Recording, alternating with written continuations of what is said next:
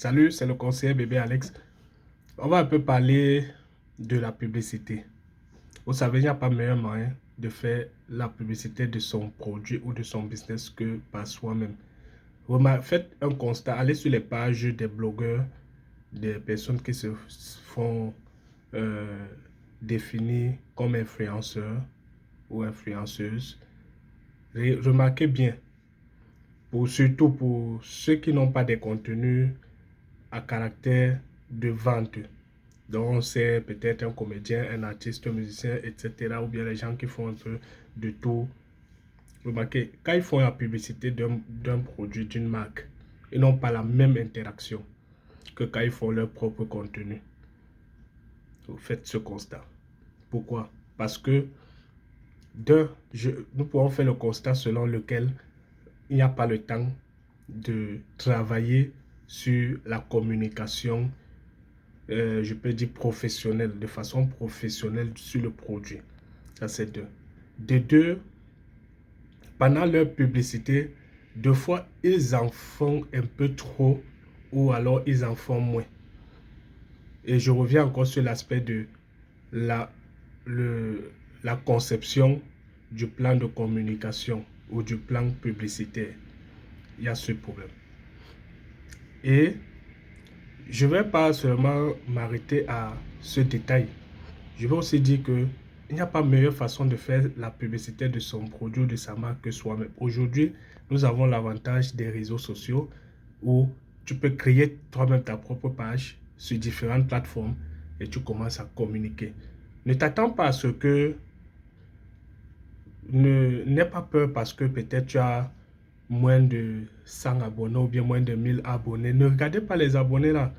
Les abonnés, des fois, il y a ceux qui s'abonnent à des pages parce qu'ils ont vu une vidéo ou un post qui les a marqués. Directement, ils s'abonnent en se disant qu'ils auront encore la même fréquence de post. D'autres s'abonnent même seulement parce qu'ils ont regardé un réel. D'autres s'abonnent peut-être parce qu'ils ont encore lu un commentaire sur un post qui les a fait rire. D'autres s'abonnent pour des raisons X ou Y choses.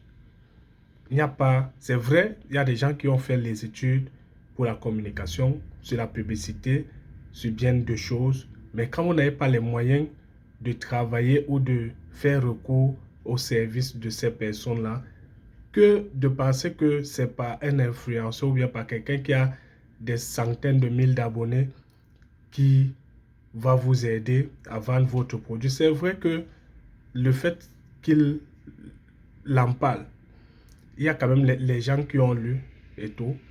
Mais la clientèle que vous aurez ne sera pas toujours du fait que la personne ait parlé.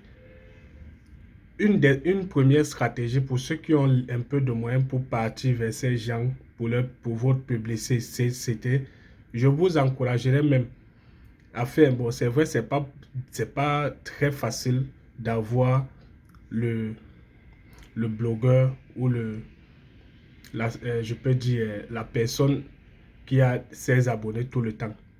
Vous pensez que si quelqu'un qui a une centaine de mille d'abonnés, qui est suivi, qui fait même n'importe quel post où les gens réagissent, quand il fait son propre contenu, si les gens savent où est-ce que celui-là mange ou boit ou pas faire ses courses, et qu'il fasse des vidéos tout le temps, il dit, bon, moi, mon quotidien, c'est de partir dans telle zone et tout pour faire mes achats de X ou bien pour faire ceci.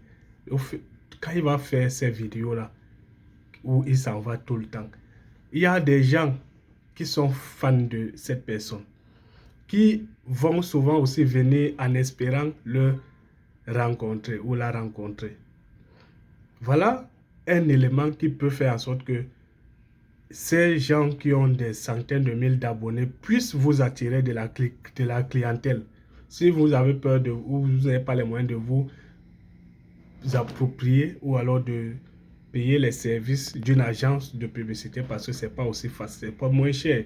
Et même aujourd'hui, les blogueurs font la concurrence à ces derniers. Savoir une agence de publicité demande peut-être 300 000 ou 500 000 pour une publicité et dont ils vont faire peut-être la promotion pendant disons même un mois.